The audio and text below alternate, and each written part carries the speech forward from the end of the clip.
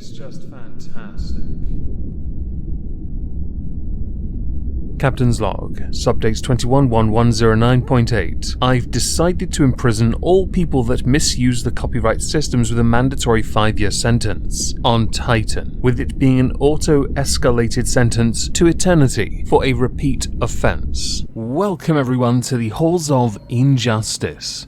Today we welcome inmate number 101, Daniel Smith. Daniel Smith is an abusive alcoholic control freak that loved to harm his partners and had sadistic tendencies leaning towards gratuitous displays of vulgarity, which, on the face of it, might seem a tad harsh. But I promise you that here at the Halls of Injustice, this is 100% truthful and justified for Daniel Smith. I'm also going to apologize for this picture being blurry.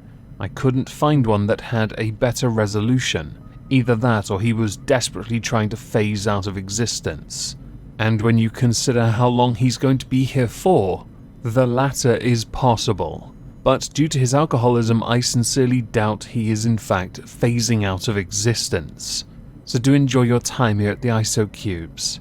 Daniel Smith is a 41-year-old dosser from the Isle of Wight that now inhabits this cell but previously had lived in Oldham. And in late 2020, Daniel started to date someone a little younger that came from Poland and lived somewhat happily here in the United Kingdom with her 3 children. Her name is Imogen. I'm not even going to pretend to know how to pronounce your last name, so out of respect for you, I'm going to just say Imogen. Imogen did reside within a supported housing complex in an apartment. This is an important detail for later. The relationship between Imogen and Daniel was a tad fractured, because he, for example, liked to control her. And his best way of doing this was by telling her that he had cancer. So manipulation from the offset. How adorable. The relationship being fractured was bad enough that on more than one occasion the police were called to her place of residence. And for the sake of it, it is because of that we then found out that Daniel Smith had a history of abusing his ex-partners, some of whom gave interviews to the police which was then passed on to the prosecution, with the descriptions reading as the following. Partner 1 had a long and significant relationship with him in the late 90s, and gives an account of his controlling behavior that involved threats with knives and being thrown down the stairs.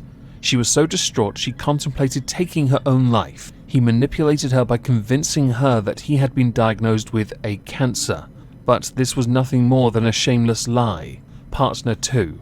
Another former girlfriend recites how she was terrorized by him during a relationship, which saw them move from the Isle of Wight to Tameside in the 2000s. Ultimately, she left him because she was convinced that he would kill her if she remained. Partner 3 described a report to the police in 2015 about Smith, her then boyfriend, had assaulted her. He also confiscating her bank cards, I think that meant confiscated, and caused her humiliation.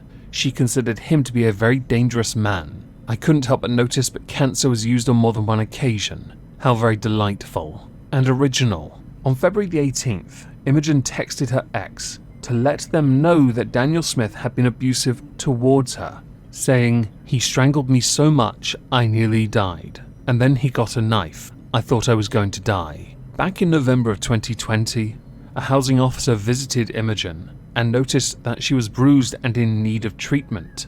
But Imogen had said that she had been stabbed in the thigh and only agreed to go for treatment if the police were not informed.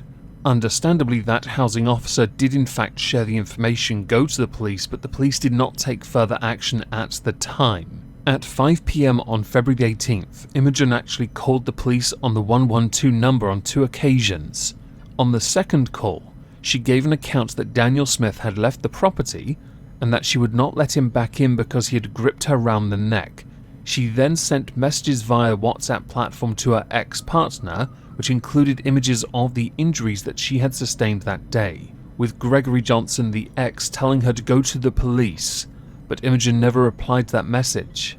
And because it was very apparent and obvious, any additional messages then received were obviously being sent by Daniel Smith, meaning he was in control of her phone. This is where it gets really dark, and I'm not sure if she was dead on the 19th of February or on the 4th of March. because the police did try contacting her via her phone, but she did not respond, and it was only when the housing officer made the welfare call on her address on the 4th of March that an investigation began. So I'm inclined to believe that on the 19th of February, Imogen was murdered by Daniel Smith. When the police attended, they found one of the most peculiar scenes you would expect out of a light B-list version of Hannibal, because Imogen had been laid on her bed. Her arms were crossed, she was clutching a bottle of perfume, a soft toy was by her neck, and there had been rudimentary attempts to clean the scene. Her legs were crossed at the ankle, and it was discovered that her body had been daubed in nail varnish with the words, "It was me." A rather disturbing exhibition, wouldn't you think? And I mentioned it was Daniel Smith early, because it was obviously him anyway. A post-mortem showed that Imogen had multiple bruises on her face, jaw, scalp and neck, consistent with attempted strangulation, plus stab wounds to her neck and body, one separating a rib bone and others penetrating her lung and heart. After this, Daniel Smith had activated Imogen's phone with a new SIM card and used her bank card 38 times to buy alcohol from local shops, with her account being found to be overdrawn by £400. On the 5th of March, less than a day after the investigation began, Daniel Smith was arrested and admitted to killing Imogen, saying he was drunk at the time, but he could remember why he attacked her, which is a tad contradictory because the defending, Benjamin Knight, said that Daniel Smith does not remember the stabbing, but did recall placing her with her favourite perfume bottle and a soft toy on the bed, saying this was not to create a spectacle, but placing her in some form of peaceful position in his mind. He does not really recall what he was thinking, only that it seemed to be the right thing to do, although he accepts objectively that does not make any sense, which is 100% correct. It makes zero sense.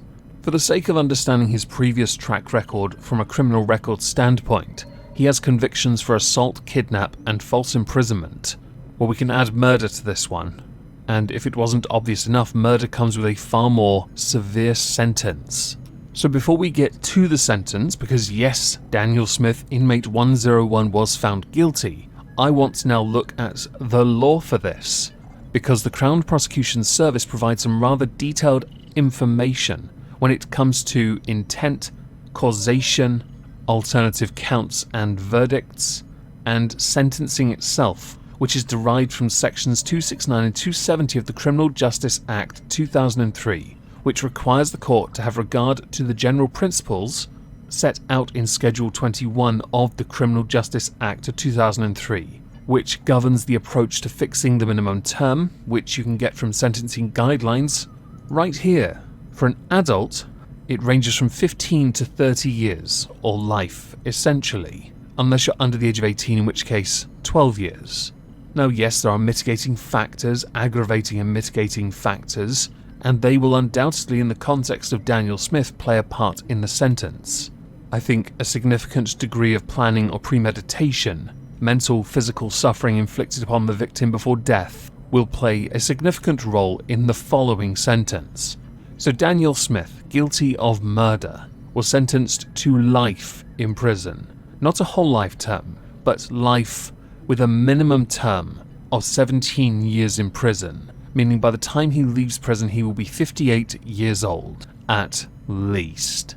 Judge Patrick Field QC, upon sentencing, said, "It seems likely that you killed Imogen on or after February 18th. That was the date when she called the police and she sent messages to her former partner, complaining of being assaulted by you. There is no evidence of her surviving beyond that date. When her body was found on March the 4th, it soon became apparent that she met her death following a brutal and ferocious attack. She had received a terrible beating with bruises to her face and head, and also to her upper limbs, caused, no doubt, as she tried to fend off your attack. There is also evidence of strangulation. The fatal injuries were multiple stab wounds, at least 2 of which were delivered with severe force. On her right leg you daubed the words 'It was me' in red nail varnish. This macabre graffiti is said to be some kind of confession by you, a sign to the police that you are responsible for the killing, but I reject that notion utterly. If you had wanted to make clear to the police what you had done, you could have gone to them and told them, this act looks like an act of callous and cruel triumphalism. There was cruelty here because you desecrated the body of the woman you had just killed in order to proclaim what you had just done. This act is inconsistent with any immediate remorse on your part. It is said that you laid Imogen out on her bed because that is what you thought was right. That is a grotesque irony. There was nothing that you did on that day that can be described as right. Imogen was a young woman when she died. She was a mother of a young child. In killing Imogen, you have deprived that child of a mother, and Imogen's parents and siblings have been deprived of a daughter and a sister. Their grief is palpable. You can rot in the ISO cubes. My sentence is just life. We're lopping your balls off though first. Can't risk you spreading your seed. Now, as we are done here, I'd very much like to know what you all think. Please do let me know in the comments down below. I hope you'll have a fantastic day, except for Daniel Smith, and thank you all very much for listening.